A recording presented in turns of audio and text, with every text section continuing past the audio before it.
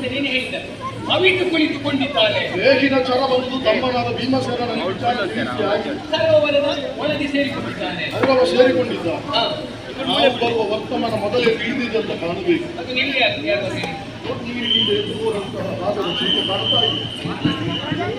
ಓಡಿಸುವ ಅವರು ಇಲ್ಲಿ ಇರ್ಲಿಕ್ಕಿಲ್ಲ. ನಾವು ಬಂದದ್ದು ವ್ಯರ್ಥ ಆಯ್ತು. ಅದಕ್ಕೆ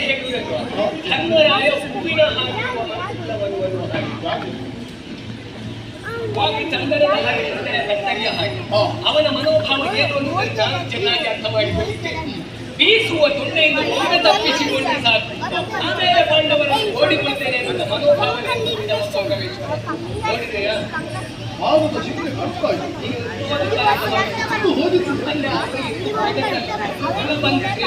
ಹೇಗೆ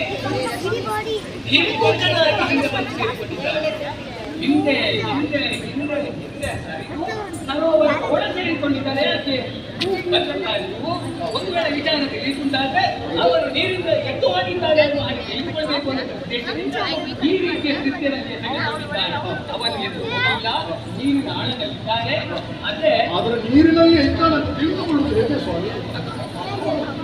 ಮೇಲದ್ದು ಬರಬೇಕಲ್ಲ. ಹಾಗೆ ಬರುವುದಕ್ಕಾಗುವುದಿಲ್ಲ. ಒಳ ಸೇರಿಕೊಂಡವರನ್ನು ನಾವು ಮೇಲಕ್ಕೆ ಎಬ್ಬಿಸಿ ಬಡಿಬೇಕು. ಅವರು ಮೇಲೆ ಬರಬೇಕು ಅಂತ ಇದ್ರೆ ಅವರನ್ನು ಕರಿಬೇಕಲ್ಲ. ಕರೆಯುವುದು ಯಾರು? ಯಾರು ನೀನೇ ಇದೆಯಲ್ಲ ಧರ್ಮ. ಒಳ ಸೇರಿಕೊಂಡವರನ್ನು ಹೊರ ಸೇರಿಸಲಿಕ್ಕೆ ಒಂದು ಪ್ರಯತ್ನ ಮಾಡುವುದು. ಪುತ್ರ ಮಿತ್ರ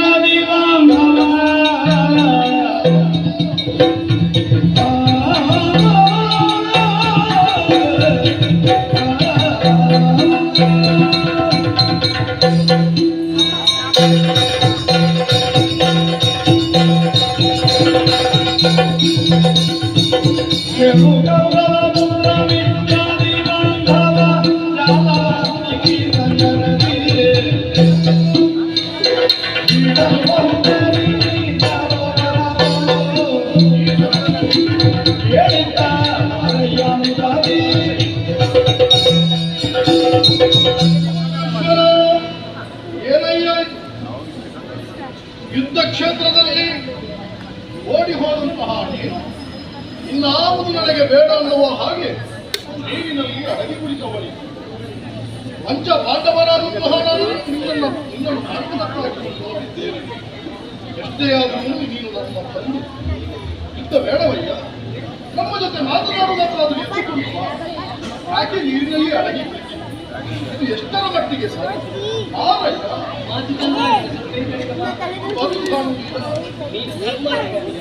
ನೀನು ಧರ್ಮದ ಬಗ್ಗೆ ಮಾತಾಡಬೇಕಾದ್ರೆ ಯುದ್ಧಕ್ಕೆ ಕರೆಯುವುದಕ್ಕೆ ನಿನಗೆಲ್ಲಿ ಸೊರ ಬರ್ತದೆ, ಅಥವಾ ನೀನು ಕರೆಯುವಂತ ಪರ ಅವರಿಗೆ ಅದು ಧರ್ಮಕ್ಕೆ ಆಯ್ತು. ನೀನು ಪ್ರಯತ್ನ ಇಲ್ಲ, ನಿನ್ನಿಂದ ಅರ್ಜುನ ನೀನು ಪ್ರಯತ್ನ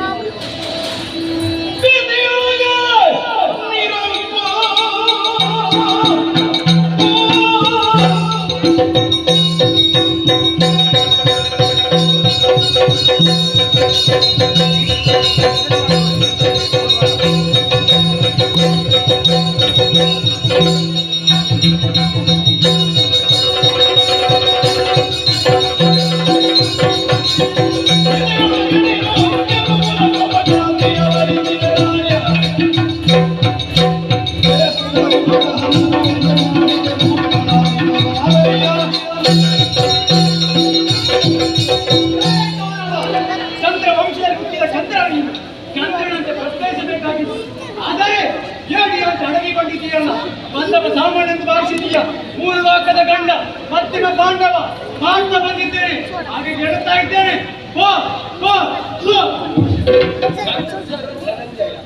ನೀನು ಆಡಿದಂತ ಮಾತು ಸರಿಯಾಗಿ ನೀರಿನ ಒಳಗೆ ಹೇಟಿ ಆಗಿರುವುದಲ್ಲ, ರಣ ಹೇಟಿ ಹಾಗೆ ಇರುವುದಲ್ಲ. ಎತ್ತು ಬಾನು ಹಾಗೆ ಬರ್ತೀರಾ? ಹಾಗಿಲ್ಲ ನೋಡುವ ನಕುಲ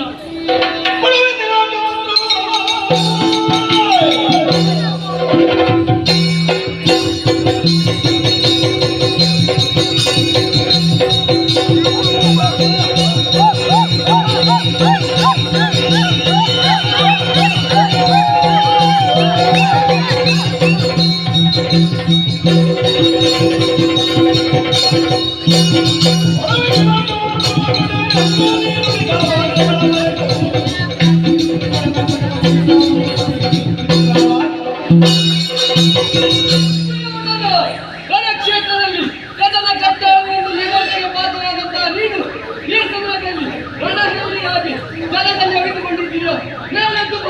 ನಿನ್ನನ್ನು ಕರೆಯುವವನು ಸಾಮಾನ್ಯದವರಲ್ಲ.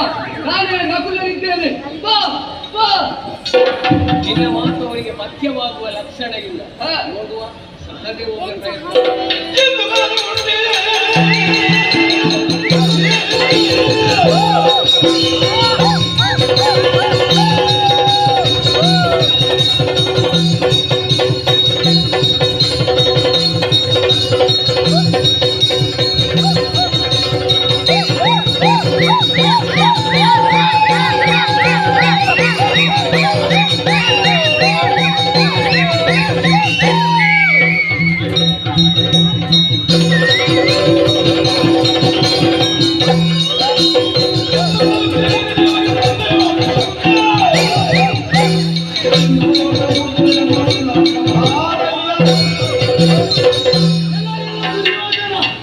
ಈ ಹಿಂದಕ್ಕೆ ನೌಕತೆಯನ್ನು ತುಂಬಿದಂತಹ ಸಭೆಯಲ್ಲಿ ಎಳೆದುಕೊಂಡು ಬರುವುದಕ್ಕೆ ಹೇಳಿ ಎಳೆದುಕೊಂಡು ಬರುವಂತಹ ಸಂದರ್ಭದಲ್ಲಿ ಇಲ್ಲದಂತಹ ಭಯ ಈಗ ಏತಕ್ಕಾಗಿ ಅಷ್ಟೊತ್ತಿಗೆ ತುಂಬಿದ ಭಯ ಆಗಲೇ ಹೋದಾದರೆ ನಮ್ಮ ಅಗ್ರಜರಾದಂತಹ ಭೀಮ ಅರ್ಜುನ ಅವರನ್ನು ಯುದ್ಧ ಮಾಡುವುದು ಬೇಡ.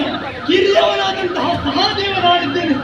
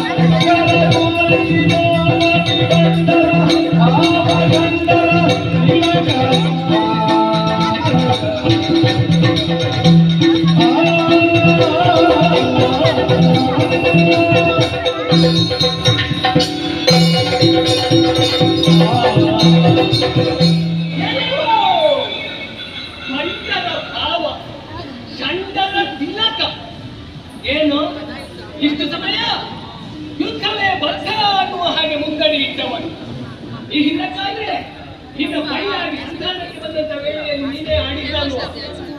ಪಾಂಡವರಿಗೆ ಸೂಚಿಯವನೇ 3 ವರ್ಷ ಜಾಗವನ್ನು ಕೊಡುವುದಿಲ್ಲ ಅನ್ನುವ ಹಾಗೆ ಈಗ ರಣ ಹೇಳಿದೆ. ಚಂಡರ ಕುಲಗುರುವಾಗಿ ನೀರಿನ ಆಯದಲ್ಲಿ ಅವೇನು ಕುಳಿತುಕೊಂಡಿದ್ದ ಸಾಮರ್ಥ್ಯ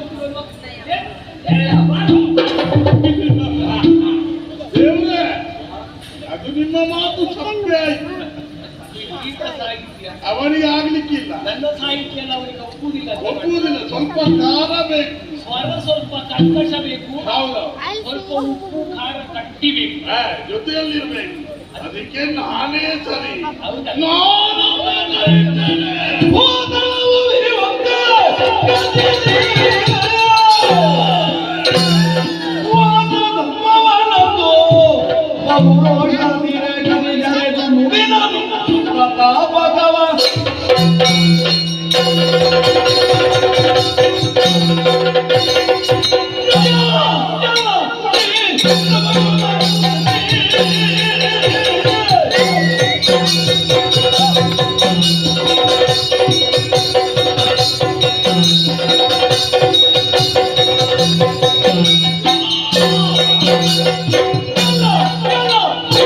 Oh,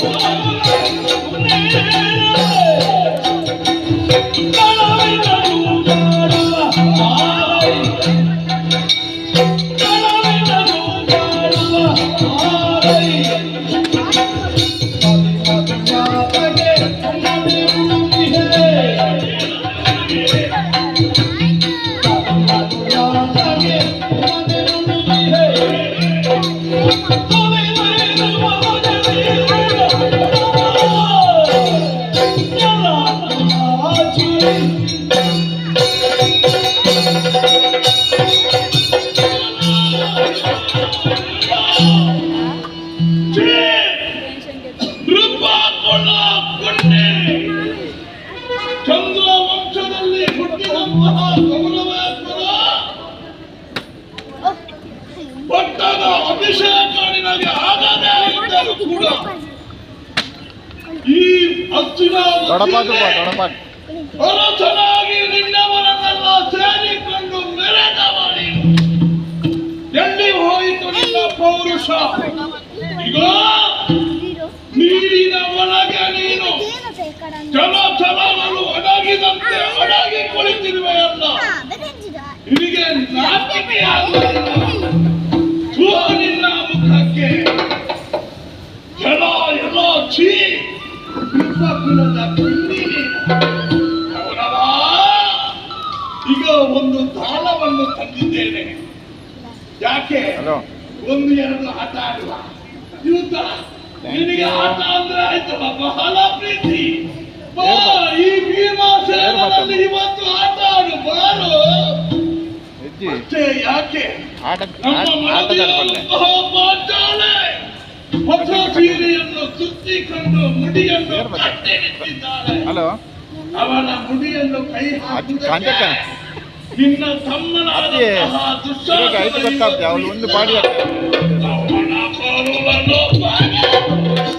ಮೆಚ್ಚಿದ್ದೇನೆ ನಾನು. ನೀನು ದೊಡ್ಡ ರಸಿಕರ ಗುರು, ನೀನು ಸಂತೋಷ ಪಡುವುದಕ್ಕೆ ಬಾರೋ. ಪಾಂಚಾಲೆಯ ಸೆರಗನ್ನು ತಿಳಿಯುವುದಕ್ಕಾಗಿ ನೀನು ಎದ್ದು ಬರುವುದಿಲ್ವೇ?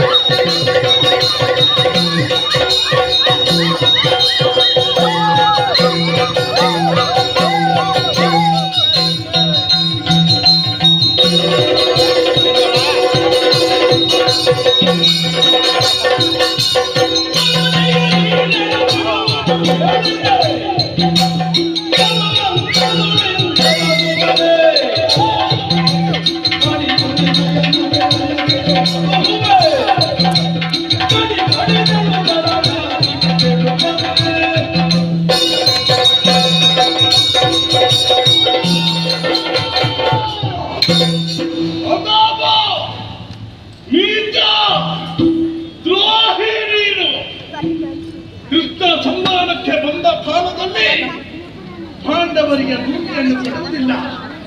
ಯುದ್ಧಕ್ಕಾಗಿ ಸಿದ್ಧ, ನಾವು ಯುದ್ಧವೇ ಬದ್ಧ ಎಂದು ತೀರ್ಮಾನವನ್ನು ಕೈದವ. ಆ ಭುಜದ ಪರಾಕ್ರಮ ಎಲ್ಲಿ ಹೋಯಿತು? ಅಡಗಿ ಹೋಯಿತೆ. ಯುದ್ಧ ಭೂಮಿಗೆ ಬರುವಾಗ ನಿನ್ನ ಮಡದಿಯಾದಂತಹ ಆ ಭಾನುಮತಿ ನಿನಗೆ ಆರತಿ ಮಾಡಿ ಹೋಗಿ ವಿಜಯಶಾಲಿಯಾಗಿ ಬೆಳ್ಳಿರಿ. ಹಾಗೆ ಯುದ್ಧ ಭೂಮಿಗೆ ಬಂದವ ಪಾಂಡವರಲ್ಲಿ ಕೈ ಸೋತು ಯುದ್ಧ ಭೂಮಿಯಿಂದ ಬೆನ್ನು ಹಾಕಿ ಓಡಿ ಹೋಗಿ ಬದುಕಿಕೊಂಡು ನಾನು ನಿನ್ನ ಮಡದಿಗೆ ಆ ನಿನ್ನ ಸುಟ್ಟ ಮುಖವನ್ನು ಹಾರೋ ಬಾ, ಯುದ್ಧಕ್ಕಾಗಿ ನೀರಿನಿಂದ ಮೇಲೆದ್ದು ಬಾ. ಬರುವುದಿಲ್ವೇ? ನಿನ್ನನ್ನು ಭರಿಸುವಂತಹ ಹೇಗೆ ಬಗೆ ಎನ್ನುವ ಹಾಗೆ ನನಗೆ ಚೆನ್ನಾಗಿ ಗೊತ್ತಿದೆ. ನೀನು ನೀರಿನ ಒಳಗೆ ಅಡಗಿದ್ದಲ್ವಾ? ಈ ರುಧಿರಮುಖಿಯಿಂದ ಅವನ ತಲೆಗೆ ಎತ್ತಾಕುವ ಹಾಗೆ ಈ ನೀರಿಗೆ ಅಪಮಾನಿಸು.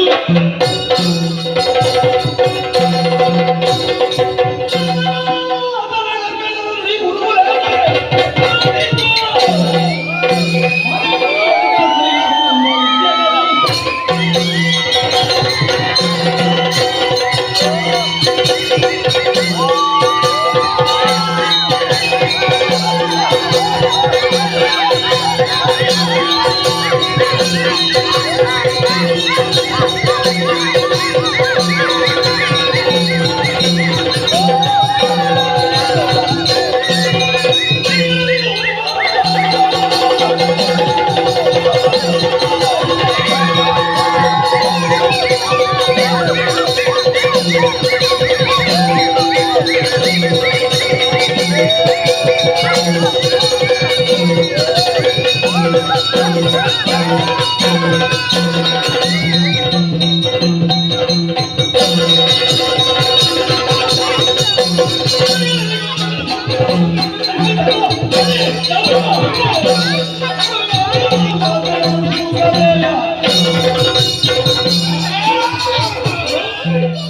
ಭೀಮನದ್ದಾದಂತಹ ವಾಕ್ಯ ಭೀಷ್ಮಾಚಾರ್ಯರಿಂದ ಉಪದೇಶವಾದ ಜಲಸ್ತಂಭನ ಮಂತ್ರವನ್ನೇ ಬರೆದು ಹೋಗುವ ಹಾಗೆ ಮಾಡಿತಲ್ಲ.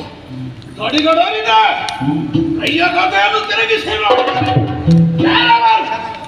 ಕುರುಕುಲದ ಕುಂದಿ ಅಂತ ನಾವು ಆಚಾರದಿಂದ ಕರೆದವರು ಬನ್ನಿ ಸಮಾಜ ಹಿಡಿದ ಅಡ್ಡಲ ಮಾಡು ಯುದ್ಧ. ನಕುಲ ಸಹದೇವರು ಭೀಮ ಐವರು ಒಟ್ಟಾಗಿ ಬನ್ನಿ.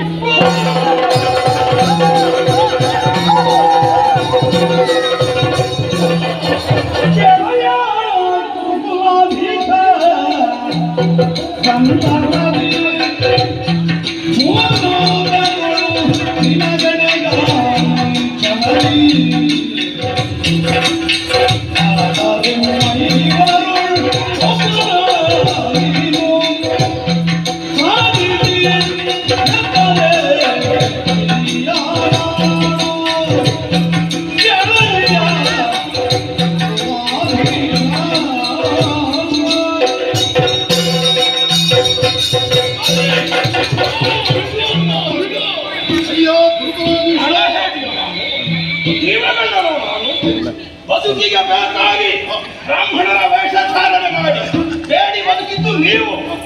ನಾನು ರಣೆ ಯಾರಾದ್ರೂ ಬಂಡಲ ಭಾವ ಅಂತ ಕರೆದ ನನ್ನ ಭಾವ. ಬನ್ನಿ, ಲೋಕದಲ್ಲಿ ನಿನ್ನ ಸಾಹಸಕ್ಕೆ ಪ್ರಪಂಚದಲ್ಲಿ ಏನೇ ಅಂತಹ ಪರಾಕ್ರಮಿ ನೀನು. ಅಯ್ಯ, ನೀರಿನಲ್ಲಿ ಅಡಗಿ ಕುಳಿತವ ನೀನು. ಈ ಸಂದರ್ಭದಲ್ಲಿ ಭೀಮನ ಮಾತಿಗೆ ಎತ್ತುಕೊಂಡು ಬಂದು ಅಡಗಿ ಕೂತ ನಾವು ಭಾವಿಸಿದ್ದೇ ಅಜ್ಞಾತವಾಸವು ನನ್ನದು. ಈ ಸಂದರ್ಭದಲ್ಲಿ ರಾಜಕರಣವನ್ನೆಲ್ಲ ನೀನು ತಿಳಿಯದೇ ಇದ್ದವನಲ್ಲ. ಸಂಧಿ ವಿಗ್ರಹ ಯಾನ ಆಸನ ವೈದೀಭಾವ ಸಮಾಶ್ರಯ ಚತುರನಾದಂತಹ ಒಬ್ಬ ರಾಜಕರಣವನ್ನು ಬಲ್ಲವು. ತನ್ನ ಏಳಿಗೆಗಾಗಿ ಇದನ್ನು ವಿನಿಯೋಗ ಮಾಡಿಯೇ ಪ್ರವರ್ತಿಸಬೇಕು. ಆದ್ದರಿಂದಲೇ ವೈದೀಭಾವ ಆಯುಧ ಹಿಡ್ಕೊಂಡೇ ನಿನ್ನ ಮುಳುಗಿದ್ದೇನೆ. ಗದೆ ಮೇಲೆ ಇಟ್ಟು ಮುಳುಗಿದ್ದಲ್ಲ. ಈಗ ಯುದ್ಧ ಮಾಡುವುದಕ್ಕಾಗಿ ಮುಂದಾಗಿ ಅದು ಹೇಗೆ ಸಮೂಹ ಯುದ್ಧ. ಎಲ್ಲರೂ ಬನ್ನಿ, ನನ್ನನ್ನು ಆಹ್ವಾನಿಸುತ್ತಾರೆ. ನಾವು ಐವರಿದ್ದೇವೆ, ನೀನೇ ಆಲೋಚನೆ ಮಾಡಿ.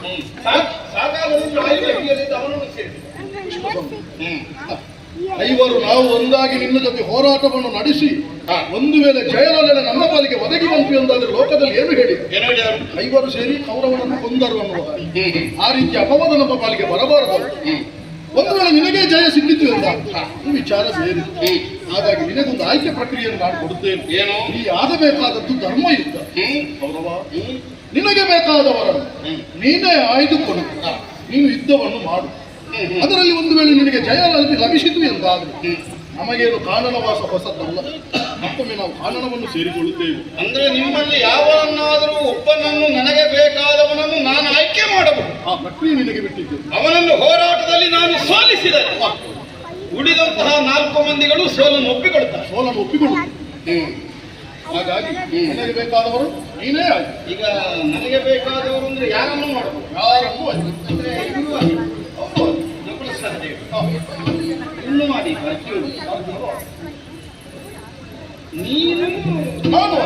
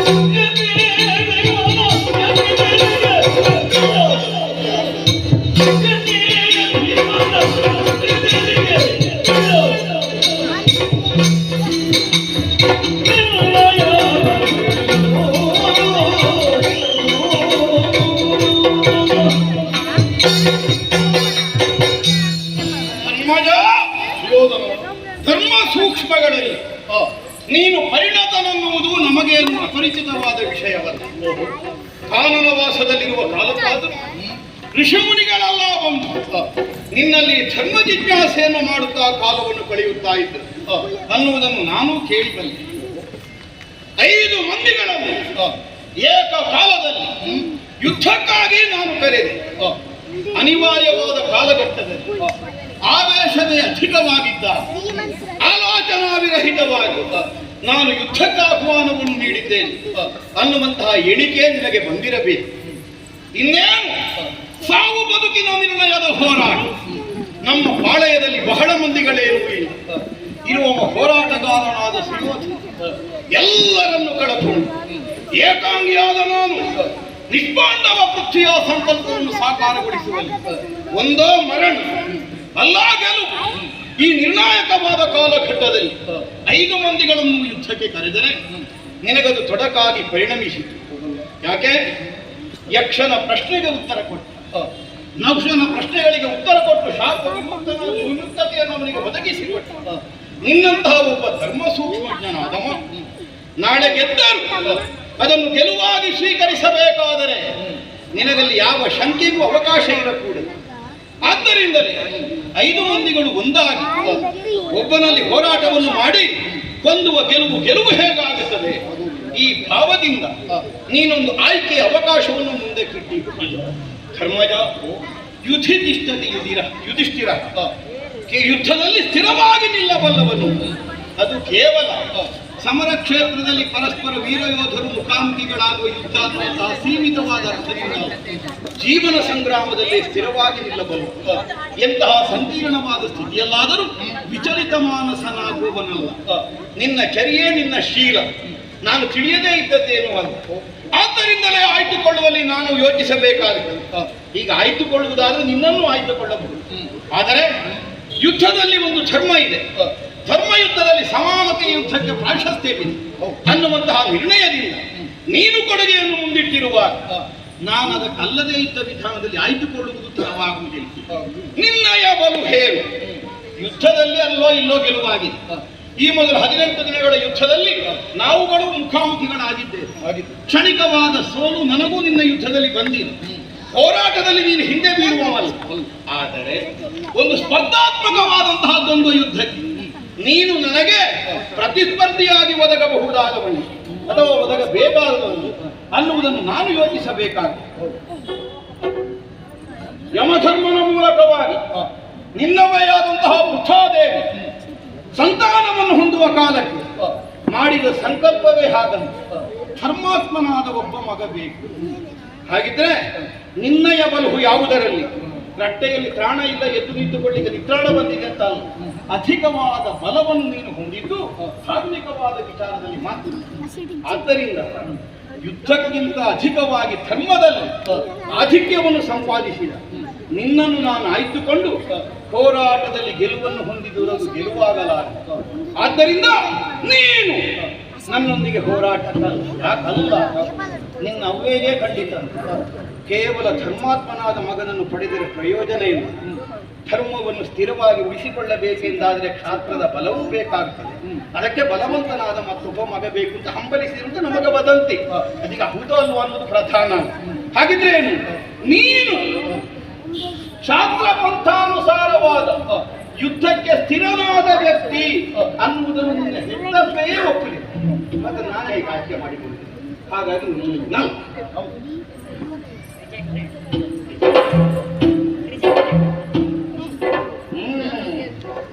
ಅರ್ಜುನ, ತ್ರಿಲೋಕ ವಿಜಯ್, ಶ್ವೇತವಾಹನ, ಗಾಂಡೀವಿ,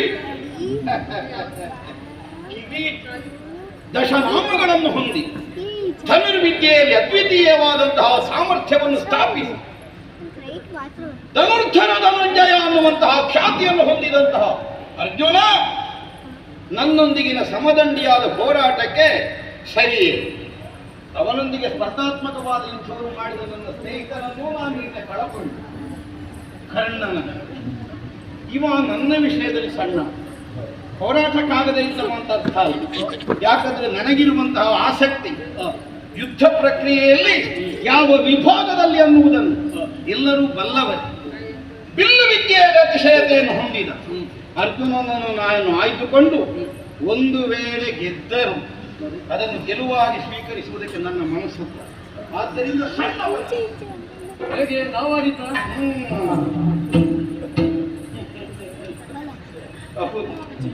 ಒಂದಾಗಿ ಹುಟ್ಟಬೇಕಾದದ್ದು ಎರಡಾಗಿ ಹುಟ್ಟಿದ್ದು ಈ ಪ್ರಪಂಚ.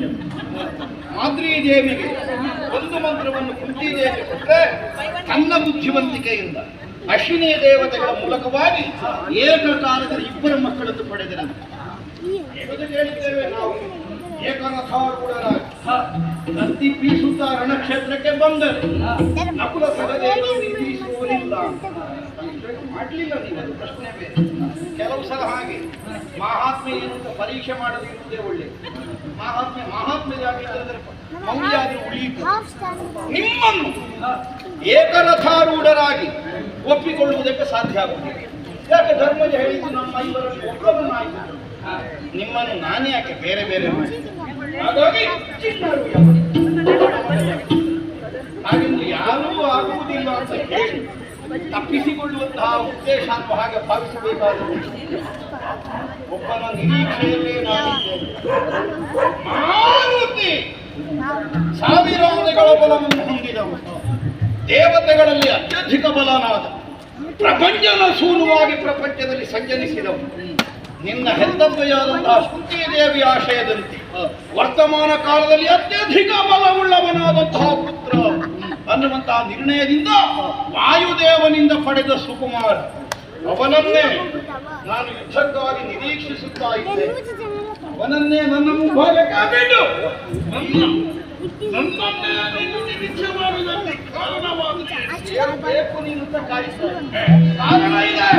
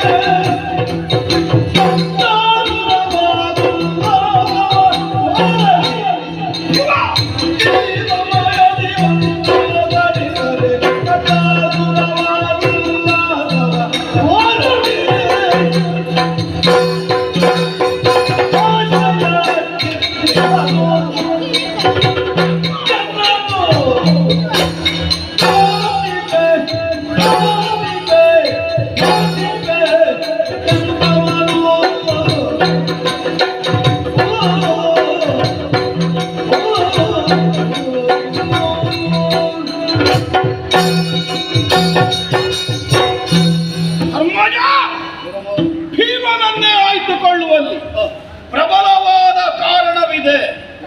ಕ್ಷಾತ್ರ ಪಂಥಾನುಸಾರವಾಗಿ ಜಲದಂಕನಾಗಿ ಮೆರೆದ ಸುಯೋಧನ ಕೇವಲ ಬದುಕುವ ಹಂಬಲದಿಂದ ಜಲವನ್ನು ಆಶ್ರಯಿಸಿದ ಅನ್ನುವ ಹಾಗೆ ನೀವುಗಳು ಸೇರಿದಂತೆ ಪ್ರಪಂಚದ ಮಂದಿಗಳು ಭಾವಿಸುವ ಹಾಗಾಗಿ ಹೋಗಿದೆ. ಬದುಕುವ ಬುದ್ಧಿಯೇ ಹೌದಾದರೆ ನಿಮ್ಮ ಇವರಲ್ಲಿ ಯಾವನ ಒಬ್ಬ ದುರ್ಬಲನನ್ನು ಆಯ್ದುಕೊಂಡು ಹೋರಾಟಕ್ಕೆ ಮುಂದಾಗಬಹುದಿತ್ತು. ಅದಲ್ಲ, ಒಂದು ನಿರ್ಣಾಯಕವಾದ ಹೋರಾಟವನ್ನು ಈ ಕ್ಷಣದಲ್ಲೂ ನಾನು ನಿರೀಕ್ಷಿಸ್ತಾ ಇದ್ದೇನೆ. ಯೋಧನ್ಯಾಯೇನ ನನ್ನ ಕುರಿತಾಗಿ ಯಾವನು ಪ್ರತಿಜ್ಞಾಬದ್ಧನಾಗಿದ್ದಾನೆ ಅಂತವನಲ್ಲಿ ನಾನಾಗಿ ಹೋರಾಟವನ್ನು ಆಯ್ದುಕೊಳ್ಳಬೇಕಾದದ್ದು ನನ್ನ ಗಂಡುತನಕ್ಕೆ ಭೂಷಣ. ಆಡಿದನಲ್ಲ, ತುಂಬಿದ ಸಭೆಯಲ್ಲಿ ಐವರ ಸತಿಯಾದ ಪಾಂಚಾಲೆಯ ಮಾನಭಂಗಕ್ಕೆ ನಾನು ಕಾರಣನಿದ್ದೇನೆ ಎನ್ನುವ ನಿರ್ಣಯದಿಂದ ಎದ್ದು ನಿಂತು ತನ್ನದ್ದಾದಂತಹ ನಿರ್ಣಯವನ್ನು ಪ್ರತಿಜ್ಞಾವಾಕ್ಯದಂತೆಯೇ ಘೋಷಿಸಿದ. ಅಹಂ ದುರ್ಯೋಧನ. ಈಗೂ ಆ ವಾಕ್ಯ ನೆನಪಿದೆ ನನಗೆ. ಮುಂದೊಂದು ದಿನ ಯುದ್ಧ ಒದಗಿದ ಕಾಲಕ್ಕೆ ನನ್ನ ಈ ವಾಕ್ಯವನ್ನು ದೇವತೆಗಳೇ ಸತ್ಯವಾಗಿಸಲಿ ದುರ್ಯೋಧನನನ್ನು ನಾನು ಕೊಡುತ್ತೇನೆ. ಈ ಶಾಸನನನ್ನು ಉದರ ಬಾಗಿದು ಅವನ ರಕ್ತವನ್ನು ಮೃಗದಂತೆಯೇ ಫಲ ಮಾಡುತ್ತೇನೆ. ಆಡಿದ ಮಾತಿನಂತೆ ತಮ್ಮನಾದಂತಹ ದುಶ್ಯಾಸನನ ಉದರ ಬಗೆದು ಅವನ ಕೊರುಳುಗಿದು ಅವನ ರಕ್ತವನ್ನು ಮೊಗೆದು ಕುಡಿದಂತಹ ಈ ಭೀಮ ಆಡಿದ ನುಡಿಗನುಸಾರವಾಗಿ ಸುಯೋಧನನ ತಡೆಯನ್ನು ಘಾತಿಸಿ ಸಾಮರ್ಥ್ಯ ಉಂಟಾದರೆ ಈ ಸಮಯದಲ್ಲಿ ಸಂದರ್ಭ ತಾನಾಗಿ ಒದಗಿ ಬಂದಿದೆ. ಬಿಡವನನ್ನು ಮುಂದೆ ನಾನು ಯುದ್ಧ ಮಾಡ್ತೇನೆ.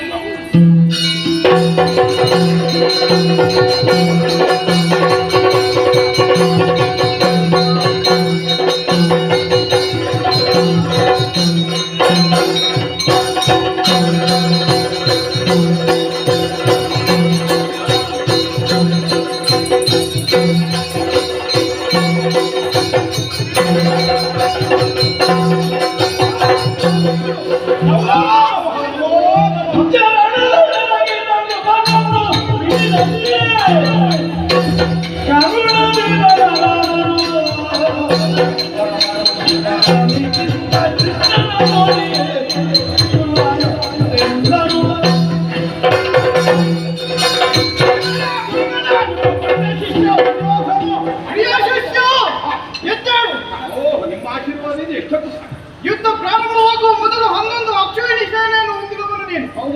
ಈಗ ಬಂದು ನೋಡಿದ್ರೆ ನೀನು ಒಬ್ಬನೇ ಇದ್ದೀಯ. ಏನಾಯಿತು? ಇದಕ್ಕೆಲ್ಲ ಕಾರಣ ಯಾರು?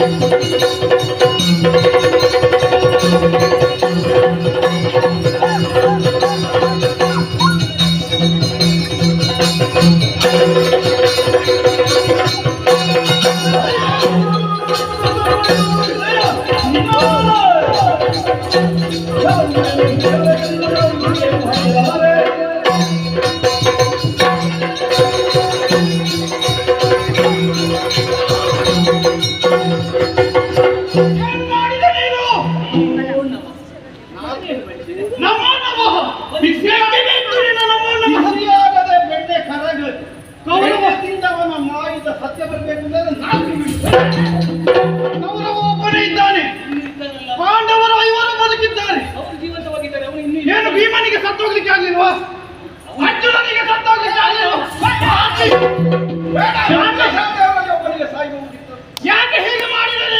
ಅವನಿಗೆ ಸಮಯ ಬರಬೇಕಲ್ಲ. ಯಾವ ಸಮಯ? ಅಲ್ಲ, ಸಮಯ ಸಿದ್ಧ ಮಾಡು. ಬಂದಿದೆ ಅಲ್ವಾ? ಬಂದಿದೆ, ಹಾಗೆ ಆಗ್ತಾ ಉಂಟು ಈಗ. ಅಣ್ಣ, ಏನು ಇಷ್ಟು ಹೊತ್ತು ನೀನು ಜೊತೆ ಆಗಿರ್ಲಿಲ್ಲ. ನೀನು ಸ್ವಲ್ಪ ತಿರುಗಾಟದಲ್ಲಿ ಇದ್ದವನಲ್ವ? ಹಾಗೆ ಸ್ವಲ್ಪ ಹೊತ್ತು ನಾನು ಮುಂದೆ ನಿಂತದ್ದು. ಇನ್ನು ನಾನು ಮುಂದೆ ಇಲ್ಲ. ಮತ್ತೆ ಹಿಂದೆ ಇದೆ. ಇನ್ನು ನೀನು ಮುಂದೆ. ಎಲ್ಲ ನನಗೆ ಬಿಟ್ಟು ಬಿಡು. ಇನ್ನು ಎಲ್ಲ ಏನು ಅಪವಾದ ಬಂದ್ರೆ ನನಗೆ? ಗುರುಗಳೇ, ತೀರ್ಥಯಾತ್ರೆಗಾಗಿ ಹೋದ ನೀವು ಹೌದು. ಶಮಂತ ಪಂಚಕದ ತನಕ ಬಂದು ಸೇರಿದ್ದೀರಿ ಎನ್ನುವಂತಹ ವರ್ತಮಾನ ನನಗೆ ನಿನ್ನೆಯ ದಿನವೇ ಬಂದಿತ್ತು. ಆದ್ದರಿಂದಲೇ ನಿಮ್ಮ ತಮ್ಮನಿಂದ ಆಗುತ್ತಿರುವ ಮೋಸಕ್ಕೊಂದು ಸರಿಯಾದ ಶಾಸ್ತಿಯನ್ನು ವಿಧಿಸುವಲ್ಲಿ ನಿಮ್ಮ ಆಗಮನವಾಗಬೇಕು ಅನ್ನುವಂತಹ ನಿರ್ಣಯದಿಂದಲೇ ನಾನು ಜಲಸ್ತಂಭ ಮಂತ್ರದ ಮೂಲಕವಾಗಿ ಈ ದ್ವೈಪಾಯನ ಸರೋವರದ ಒಳಗೆ ಕುಳಿತಿದ್ದೆ. ಅದು ಅಲ್ಲಿಗೂ ಬಿಡ್ಲಿಲ್ಲ, ನಾನು ಬಂದು ಎಬ್ಬಿಸಿಲ್ಲ. ಈಗ ಪರಸ್ಪರರು ದ್ವಂದ್ವ ಯುದ್ಧಕ್ಕೆ ನಾವು ಸಿದ್ಧರಾಗಿದ್ದೇವೆ. ಇಬ್ಬರು ನಿಮ್ಮ ಶಿಷ್ಯರೇ. ಗದಾಯುದ್ಧ ನಾನೇ ಕಲಿಸಿಕೊಟ್ಟದ್ದು ನಿನಗೆ. ಉತ್ತಮವಾದಂತಹ ಪ್ರಯೋಗವೇ ಸರಿ, ಆದರೆ ನಿಯಮ ಇದೆ ಅಲ್ಲ. ಸೊಂಟದಿಂದ ಕೆಳಗೆ ಹೊಡೆಯಬಾರದು. ಸೊಂಟದಿಂದ ಕೆಳಗೆ ಹೊಡೆದಿಲ್ಲ ಸರಿ. ಹೇಳಿಸಿದಲ್ಲ, ಸೊಂಟದಿಂದ ಕೆಳಗೆ ಹೊಡೆಯಲೇಬಾರದು. ಕಂಠದಿಂದ ಮೇಲೆ ಹೊಡೆಯ ಕೂಡದು.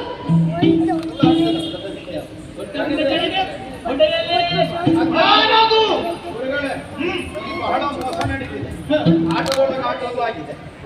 ಆದ್ದರಿಂದ ಇದು ಇರ್ಲಿಲ್ಲ. ಇದು ಏನೇ ಇದ್ರು ನಿನ್ನ ಅಧ್ಯಕ್ಷತೆ ಎದುರಂತೆ. ಹಾಗೆ ಇಂದು ನೀನೇ ಹೇಳಿದ ಹಾಗೆ. ಯುದ್ಧ ಪ್ರಾರಂಭ ಆದರೆ ನಾನು ನಿಂತು ನೋಡ್ತೇನೆ. ಅಲ್ಲಿ ಪೀಠ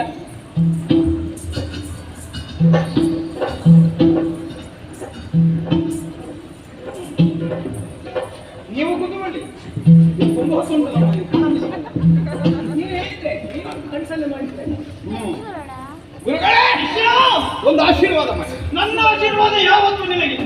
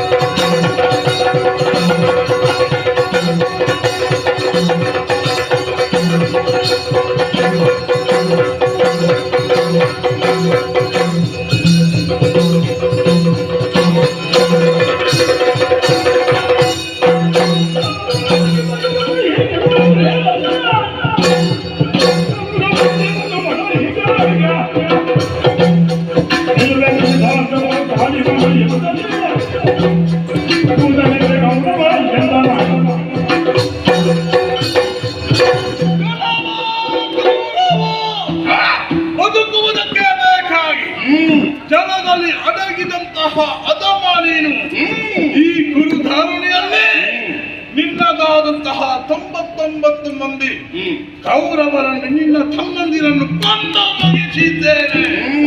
ಇಂದಿನ ದಿವಸ ನಿನ್ನನ್ನು ಕೊಂದು ನಾನು ಆಡಿದಂತಹ ಭಾಷೆಯನ್ನು ನಿಮಿಷಾರ್ಧದಲ್ಲಿ ಪೂರೈಸಿಕೊಳ್ಳುವೆ. ವಿಕ್ರಮ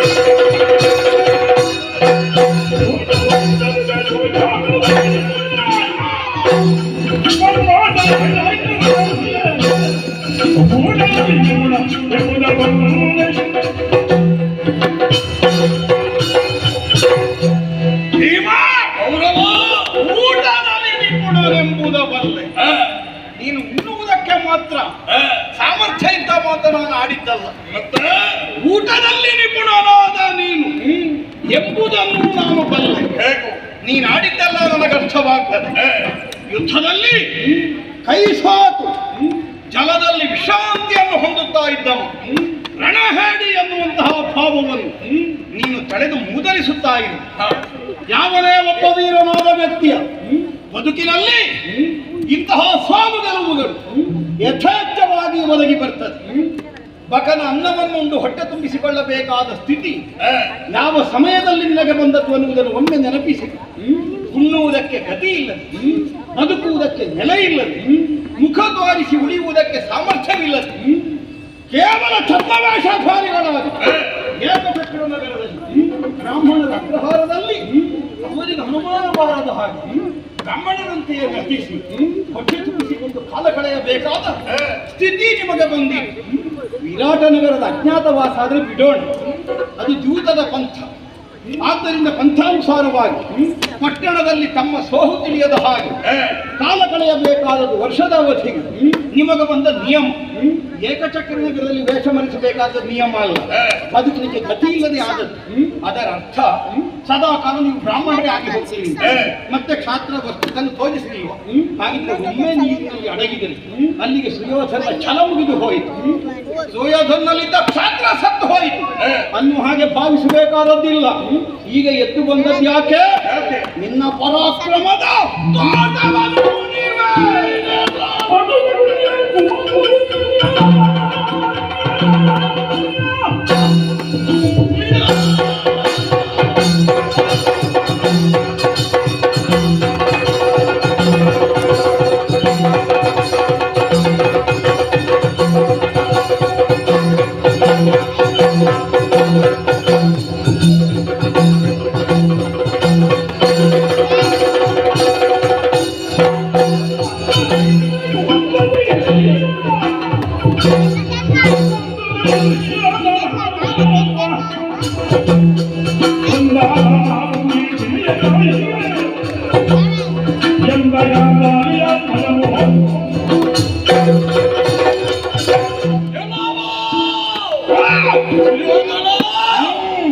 ನಾವು ಬ್ರಾಹ್ಮಣರಾಗಿ ವೇಷವನ್ನು ಧರಿಸಿ ಆ ಬಕಾಸುರನನ್ನು ಕೊಂದದ್ದು ಈ ಭೀಮಸೇನ. ನಿನ್ನ ಹೊಟ್ಟೆ ಅಡಗಿಸಲಿಕ್ಕೆ ಉತ್ತರಿಯ ಎಷ್ಟು ದುಡ್ಡು ಬಂದಿಯ ಅನ್ನವನ್ನು ತಿಂದರೂ ನನಗೆ ಅಜೀರ್ಣ ಆಗಲಿಲ್ಲ ನೋಡು. ಆ ಜೀರ್ಣಶಕ್ತಿಯನ್ನು ಯಥೇಚ್ಛಗೊಂಡಿದ್ದೇನೆ.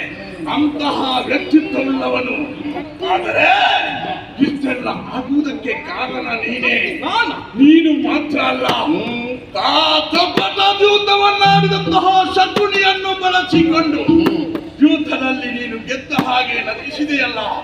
ಕಪಟವನ್ನಾಡಿ ಮೋಸ ಮಾಡಿ ನಮ್ಮನ್ನು ಕಾಡಿಗೆ ಹತ್ತುವ ಹಾಗೆ ಮಾಡಿದವ ಪಾಪಿ ನೀನು. ನಿಜ ಶ್ರೀರಾಮನ ಕಾರ್ಯವ.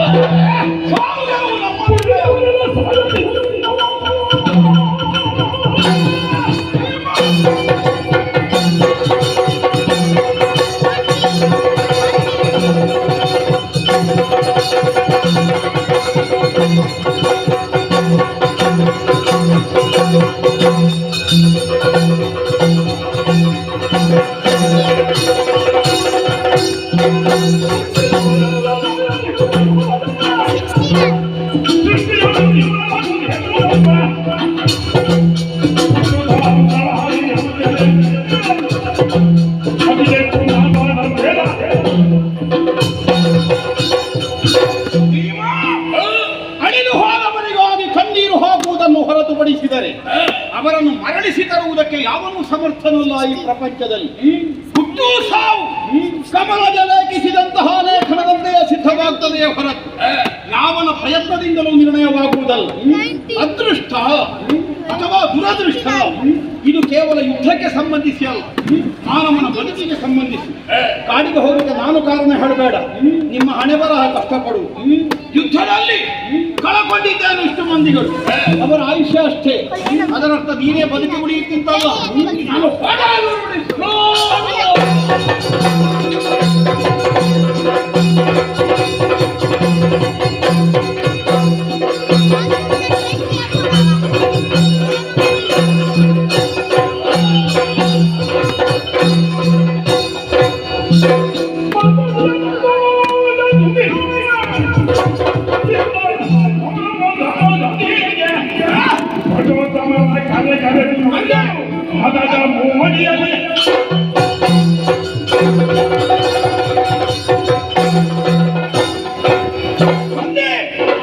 ಎಲ್ಲರೂ ಬನ್ನಿ.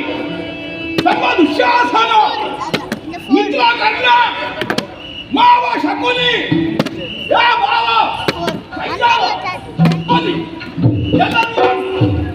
ಎಲ್ಲರೂ ಬನ್ನಿ. ನೋಡಿ, ಬೇಕೆಂದು ನಿರೀಕ್ಷಿಸಿದರು, ಹಂಬಲಿಸಿದರು, ಸಿಗಲಾರದೆ ಇರುವ ಒಂದು ಅಪೂರ್ವವಾದಂತಹ ಅವಕಾಶ ಇಂದಿನ ದಿನ ಈ ಸಮರ ಕ್ಷೇತ್ರದಲ್ಲಿ ಒದಗಿ ಹೋಗಿದೆ. ವಾಯುಸುತ ಉಸಿರಾಟಕ್ಕೆ ವಾಯು ಸಿಗದೆ ಸತ್ತು ಹೊರಗೆ ಬಿದ್ದಿದ್ದ. ಬನ್ನಿ ಮಾಮ. ಇವನಿಗೆ ಬೀಳುವವನಿಗೆ 4 ದಿವಸ ಮೊದಲು ಬೀಳ್ತಿದ್ದ ನೋಡ್ಲಿಕ್ಕೆ ಆದ್ರೂ ಸ್ವಲ್ಪ ಜನ ಇಷ್ಟ ಜನ ಎಲ್ಲ ಹೋದ ಮೇಲೆ ನೀವು ನಮಗೆ ಒದಗಿದೆ ವಿಜಯವನ್ನು ಸಂತೋಷಿಸುವುದಕ್ಕೂ ಸಂಭ್ರಮಿಸುವುದಕ್ಕೂ ಅವಕಾಶ ಇಲ್ಲದೆ ಇರುವ ಗಳಿಗೆಯಲ್ಲಿ ಇವ ಸತ್ತು ಬಿದ್ದನಲ್ಲ ಪುಣ್ಯ ಏನು ಓಹೋ ಒದಗಿದ ವಿಜಯವನ್ನು ಸಂಭ್ರಮಿಸುವುದಕ್ಕೆ ಆತ್ಮೀಯರಲ್ಲಿ ಸಂತೋಷ ಹಂಚಿಕೊಳ್ಳುವುದು ಒಂದೇ ದಾರಿಯಲ್ಲ, ಮತ್ತೊಂದು ದಾರಿ. ಯಾರು ನಮಗೆ ಹೊಟ್ಟೆಗಾಗದಿದ್ದವರು ಅವರ ಮುಂಭಾಗದಲ್ಲಿ ಕರೆದು ಮೋಡಿಯೇ ಮಾತಾಡುವುದು. ಆಗ ಅವರ ದುಃಖ ನೋಡಿ ನಮ್ಮ ಸಂತೋಷ ಹೆಚ್ಚಾಗ್ತದೆ.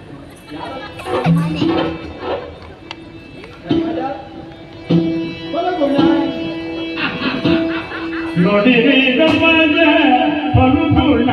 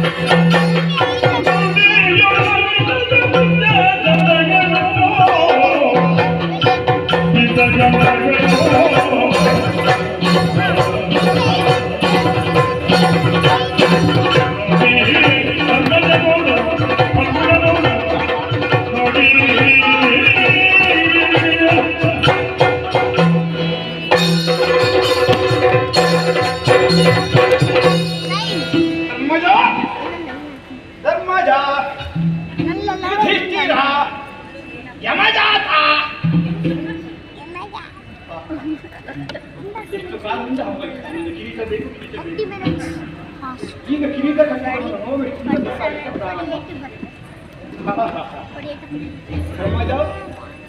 ನಿನ್ನ ಆತ್ಮವಿಶ್ವಾಸಕ್ಕೆ ಬಿದ್ದ ಕೊಡಲಿ ಮಾಡ. 5 ಮಂದಿಗಳು ಏಕಕಾಲದಲ್ಲಿ ಹೋರಾಟಕ್ಕೆ ಬಂದೆ. ನಾನು ಆಹ್ವಾನವನ್ನಿತ್ತರೆ ಏನಾಡಿದೆ? ಆತ್ಮವಿಶ್ವಾಸ. ಒಬ್ಬನನ್ನು 5 ಜನ ಆ ಗೆಲುವನ್ನು ಅನುಭವಿಸುವುದಕ್ಕೆ ಹೇಗೆ ಸಾಧ್ಯ ಆಗಿದೆ? ಒಬ್ಬನನ್ನು ಆಯ್ಕೆ ಮಾಡಿ. ಯಾರನ್ನು ಆಯ್ಕೆ ಮಾಡಿದರೂ ಒಂದ ಸೋಲನ್ನು 5 ಮಂದಿಗಳ ಸೋಲು ಅಂತ ಭಾವಿಸಿದೆ. ಇಲ್ಲಿದ್ದದ್ದೇನು? ಜಲದಲ್ಲಿ ಅಡಗಿ ಕುಳಿತ ಸುಯೋಧನನ್ನು ಸೋಲಿಸುವುದಕ್ಕೆ ಕೈ 5 ಬೆರಳುಗಳ ಹಾಗೆ. ಪಾಂಡವರ 5ರಲ್ಲಿ ಯಾರೂ ಸಾಕಾಗುತ್ತೆ. ಅತಿಯಾದ ಆತ್ಮವಿಶ್ವಾಸ. ನೋಡು, ಬಿದ್ದದ್ದು ಭೀಮ ಅಲ್ಲ, ಗೆಲ್ತೇವೆ ಎನ್ನುವ ಆತ್ಮವಿಶ್ವಾಸವನ್ನು ಹೊಂದಿದ್ದೆಲ್ಲ ನಿನ್ನ ಆತ್ಮವಿಶ್ವಾಸಕ್ಕೆ ಸತ್ತು ಬಿಟ್ಟಿದೆ.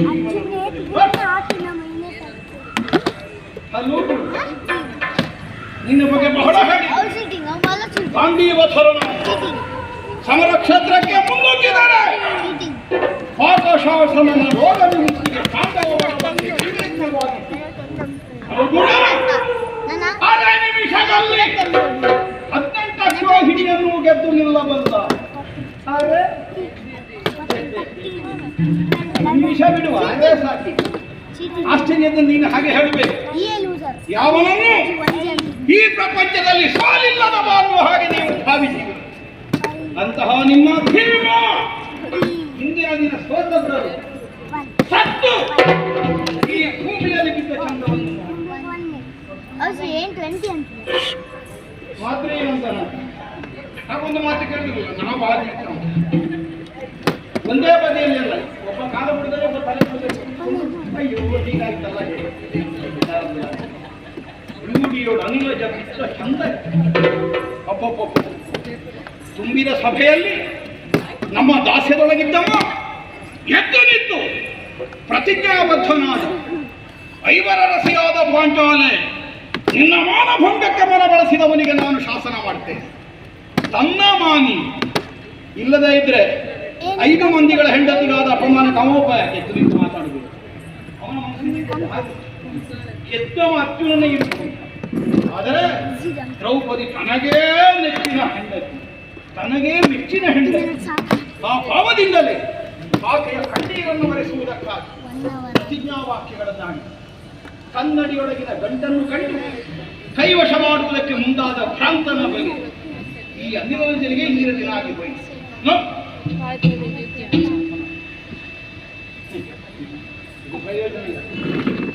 ಪ್ರತಿವಚನ ಪ್ರತಿಕ್ರಿಯೆ ಇಲ್ಲದೆ ಇದ್ದವರು ಎಷ್ಟು ಮಾತಾಡಿ ಏನು ಪ್ರಯೋಜನ? ನಮ್ಮ ಕಂಠ ಶೋಷಣೆ ಆದಿಲ್ಲ. ಆದರೆ ನಾನೇ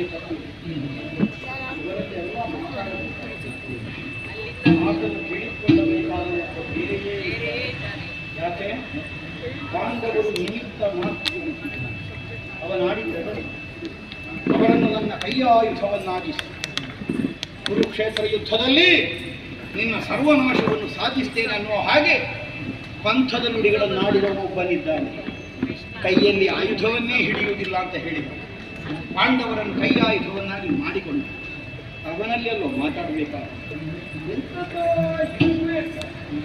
ಇವ ಸುಮ್ಮನೆ ತುಟಿ ಮುಚ್ಚಿ ಕುಳಿತ ಅಂದ್ರೆ ಮೂಕನೂ ಅಲ್ಲ, ಮಾತನಾಡುವುದಕ್ಕೆ ಸಾಮರ್ಥ್ಯ ಇಲ್ಲದೆ ಕುಳಿತಾಗ್ತಾನೆಂತೂ ಅರ್ಥ ಅಲ್ಲ. ಅವನು ತುಟಿ ಮುಚ್ಚಿ ಕುಳಿತರೆ ಇದನ್ನವನು ತುಟಿ ಮುಚ್ಚಿಸುವ ಯೋಚನೆ ಮಾಡ್ತಾ ಇದ್ದಾನೆ ಅಂತ. ಆದ್ದರಿಂದ ಅವನ ಬಾಯಿ ಮುಚ್ಚಿಸುವ ಕೆಲಸ ಆಗಬಹುದು.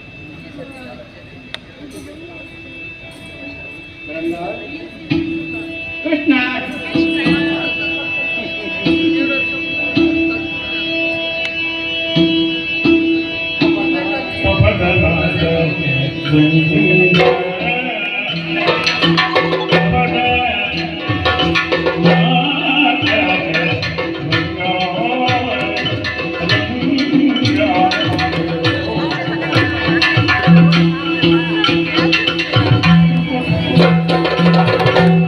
Oh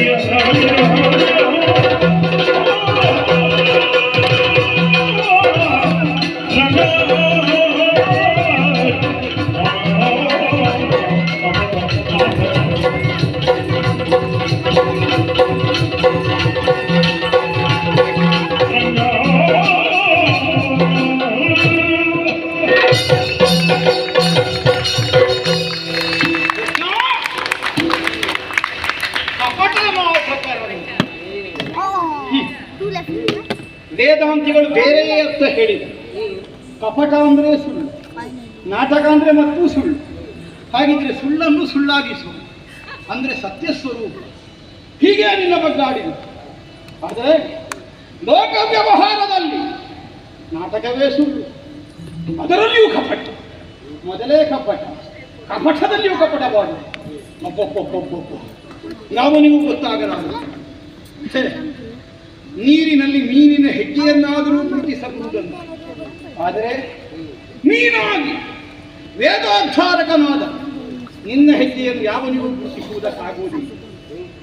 ಒಬ್ಬಾತ ಕಪಟದಿಂದ ಭೂಮಿಯ ಆಳದಲ್ಲಿ ಅವನನ್ನಾದರೂ ಹುಡುಕಬಹುದು, ಆದರೆ ಮಹಾಪೂರ್ವನ ಕಮಠನಾಗಿ ಭೂಮಿಯನ್ನೇ ಆಚರಿಸಿ ನಿನ್ನ ಒಳಗನ್ನು ತೆಗೆದುಕೊಳ್ಳುವುದಕ್ಕೆ ಸುಲಭವಿಲ್ಲ. ಭೂಮಿಯನ್ನು ಬಗೆದು ಬಗೆದು ಸತ್ಯದ ಶೋಧನೆಯನ್ನು ಮಾಡುವುದಕ್ಕೆ ಒಬ್ಬಾತ ಮುಂದಾದರೂ ವರಾಹನಾಗಿ ಭೂಮಿಯನ್ನು ಬಗೆದು ಬಗೆದು ಭೂಮಿಯನ್ನು ಉಚ್ಚರಿಸಿದ ನಿನ್ನನ್ನು ತಿಳಿಯುವುದಕ್ಕೆ ಸಾಧ್ಯವಾದ ಅಂತರಂಗವನ್ನು ಅರಿಯುವುದಕ್ಕೆ ಬೇಕಾಗಿ ಎದೆಯನ್ನು ಬಗೆದರು ಒಬ್ಬಾತನ ಸತ್ಯವನ್ನು ತಿಳಿಯುವುದಕ್ಕೆ ಬರ್ತದೆಯೋ ಏನು. ಆದರೆ ನೃಸಿಂಹಾವತಾರವನ್ನು ತಡೆದು ಆಯುಧರಹಿತವಾಗಿ ಕನಕ ಕಶ್ಯಪನ ಉದರವನ್ನೇ ಬಗೆದ ನಿನ್ನನ್ನು ತಿಳಿಯುವುದು ಸುಲಭ ಸಾಧ್ಯವಲ್ಲ. ಕೃಷ್ಣ ಕಾಣುವಾಗ ವಾಮನನಾಗಿತ್ತು, ಬೆಳೆದರೆ ತ್ರಿವಿಕ್ರಮನಾಗಿತ್ತು, ಮಲೆತು ನಿಂತರೆ ಕ್ಷತ್ರಿಯ ಸಂಹಾರಕನಾದ ಪರಶುರಾಮನಾಗಿತ್ತು. ಉತ್ತಮವಾದ ಆದರ್ಶವನ್ನು ಪ್ರಪಂಚಕ್ಕೆ ಬೋಧಿಸಿತು. ಆದರೆ ಈ ಪ್ರಪಂಚದಲ್ಲಿ ಮನುಷ್ಯ ಮಾತ್ರನಾದವ ಏನೆಲ್ಲ ಮಾಡಬಾರದು ಅದೆಲ್ಲವನ್ನು ಆಚರಿಸುತ್ತಾ ಇಂದಿಗೂ ಅನೇಕರಿಂದ ದೇವರು ದೇವರು ದೇವರು ಅಂತ ಕರೆಯಿಸಿಕೊಳ್ಳು. ಆದ್ದರಿಂದಲೇ ಗುಪಿತವೇನೋ ನಿನ್ನಂಗ, ಏನು ನಿನ್ನ ಒಳಗೆ ಅವರವರ ನಿರ್ಣಯವನ್ನು ಅವರವರ ಬುದ್ಧಿಗನುಸಾರವಾಗಿ ಕಂಡುಕೊಳ್ಳಬಹುದೇ ಹೊರತು ಇದಮಿತ್ತಂ ಅನ್ನುವ ತೀರ್ಮಾನವನ್ನು ಮಾಡುವುದಕ್ಕೆ ಜ್ಞಾನಿಗಳಾದಂತಹ ಋಷಿಮುನಿಗಳಿಗಾದರೂ ಕಷ್ಟ ಸಾಧ್ಯ.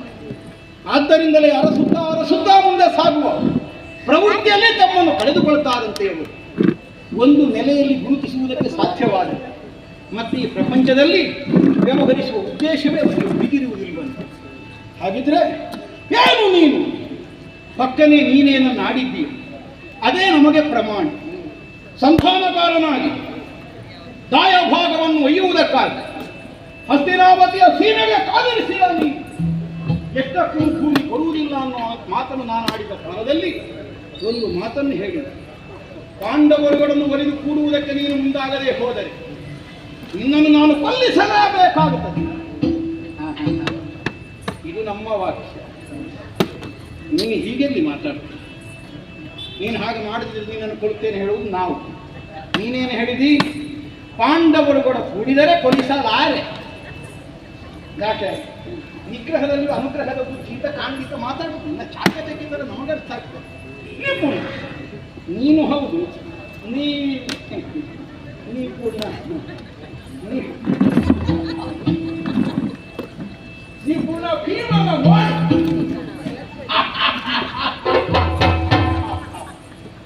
ಪಾಂಡವರನ್ನೇ ಕೈಯಾಯುಧವನ್ನಾಗಿಸಿ ಹೋರಾಟದಲ್ಲಿ ಪಾಂಡವ ಪ್ರತಿಷ್ಠಾಪನಾಚಾರ್ಯನಾಗಿ ಸ್ಥಾಪಿತನಾಗುತ್ತೇನೆ ಅನ್ನೋ ಹಾಗೆ ನೀನು ಪಂಥದ ನುಡಿಗಳಂತೆ ನನ್ನ ಮುಂಭಾಗದಲ್ಲಿ ಆಡಿ ರಣವೀರ್ಯವನ್ನು ಕೈಗೊಂಡರು.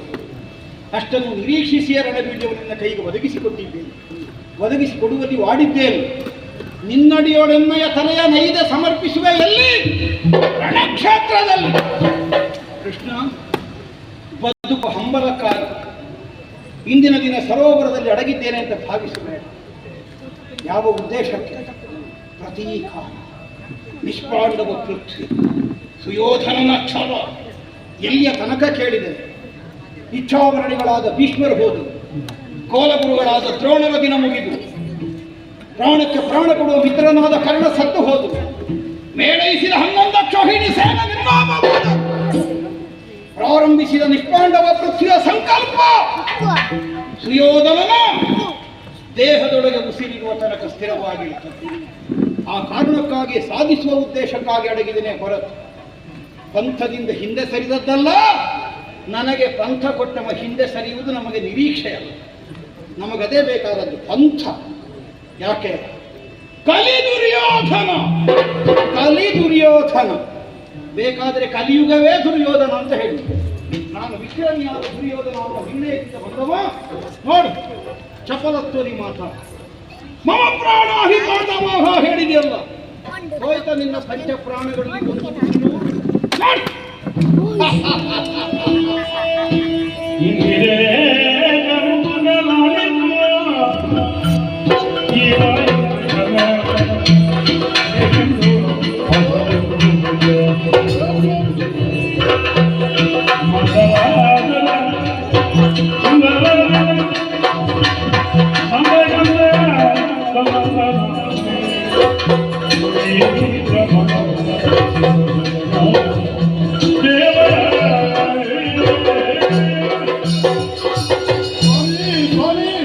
ಏನು ಧರ್ಮಯ್ಯ?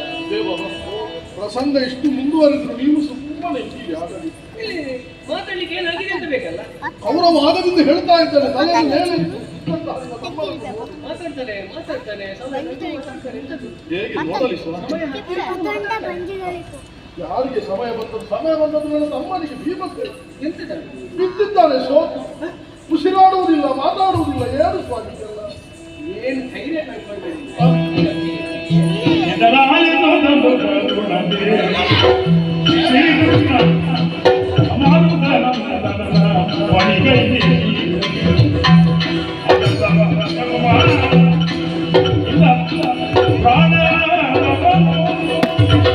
ಹೊಂದಿದನು ಬಳಿಕೆಯನ್ನು ಭೀಮನು ಬಳಿದ ಶ್ರೀಕೃಷ್ಣ ಮಗನೇ.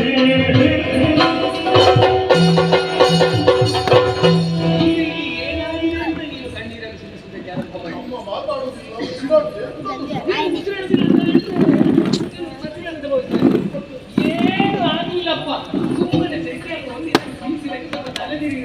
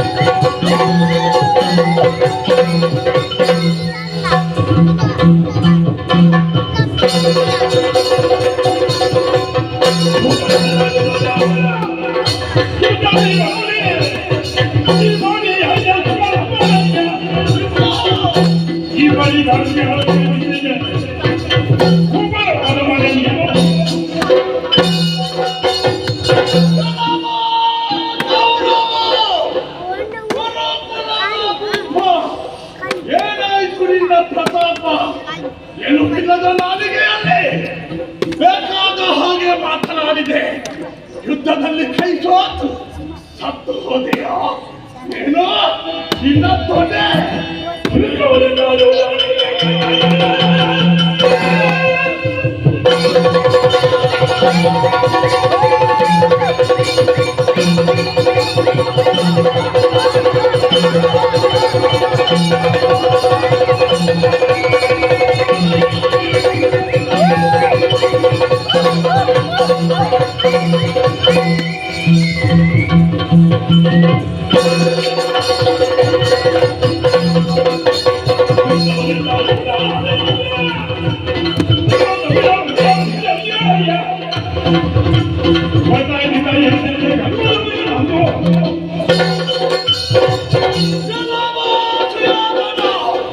ಒಂದು ತುಂಬಿದ ಸಭೆಯಲ್ಲೇ ಹೊಡೆ ತಟ್ಟಿನ ಮನದಿಯನ್ನು ಕರೆದೆಯೋ ನಾ ಕೊನೆಯನ್ನು ರುಚಿನ ಮುಗಿದ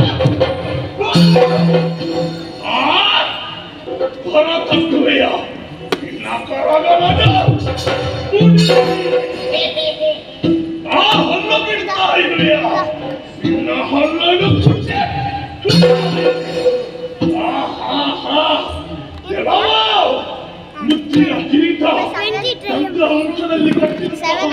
ಜೀವಿತ ಅದು ನಿನಗೆ ಪುತ್ರನಲ್ಲ. ಚಂದ್ರವಂಶ ಉಚ್ಚಿಲಗಿರಿಯನ್ನು ಹೇಳು.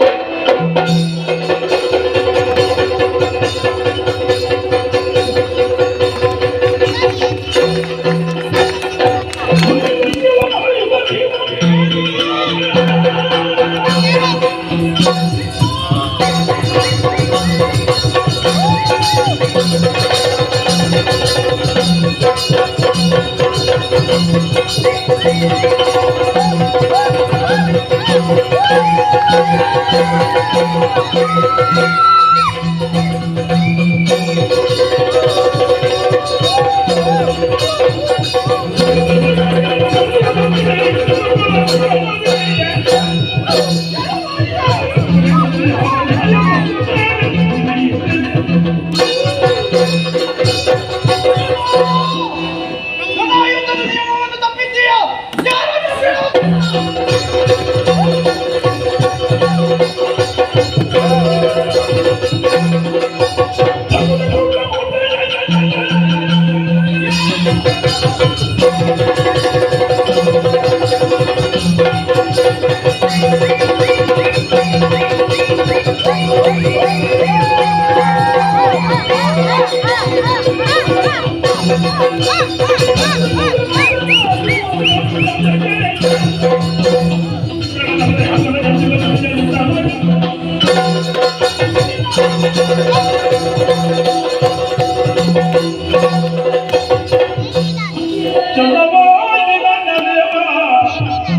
ಚಂದವ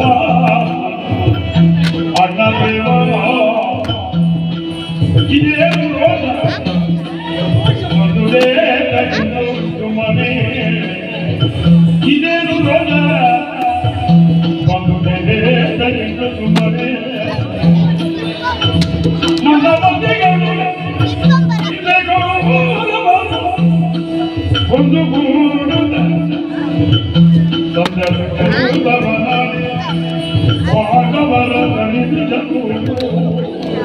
ಚಂದವನ್ನು ಅಣ್ಣ ದೇವ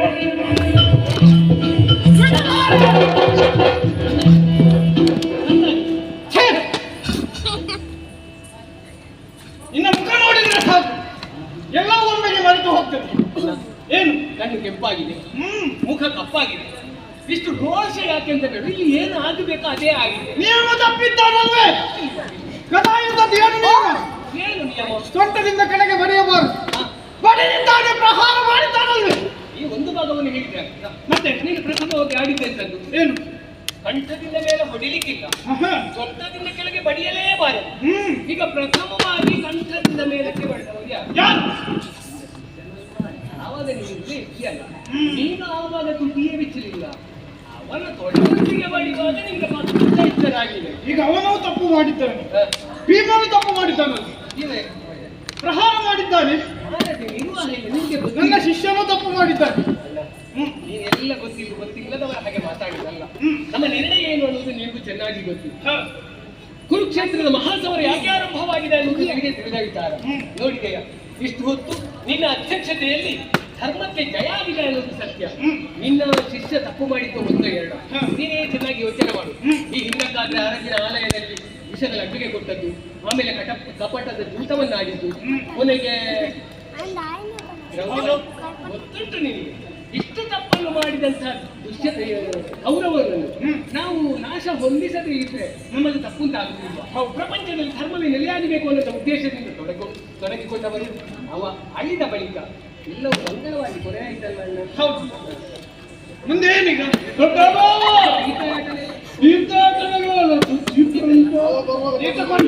ಮತ್ತೆ ನೀನು ಬರುವಾಗ ತೀರ್ಥ ತಂದಿದ್ದೇನೆ, ಅರಮನೆಯಲ್ಲಿ ಹೋಗೋಣ. ದೊಡ್ಡ ಮಾವ, ನೀವು ಮನೆಗೆ ಹೋಗುವಾಗ ಗಡ್ಡ ತೆಗೆದು ಹೋಗಿ, ಇಲ್ಲದ ಹಾಸಿಗೆಗೆ ಈಗ ನನ್ನ ಹೆಂಡತಿ ಕರೆದಿದ್ದಾಳ. ನಿಮ್ಮನ್ನು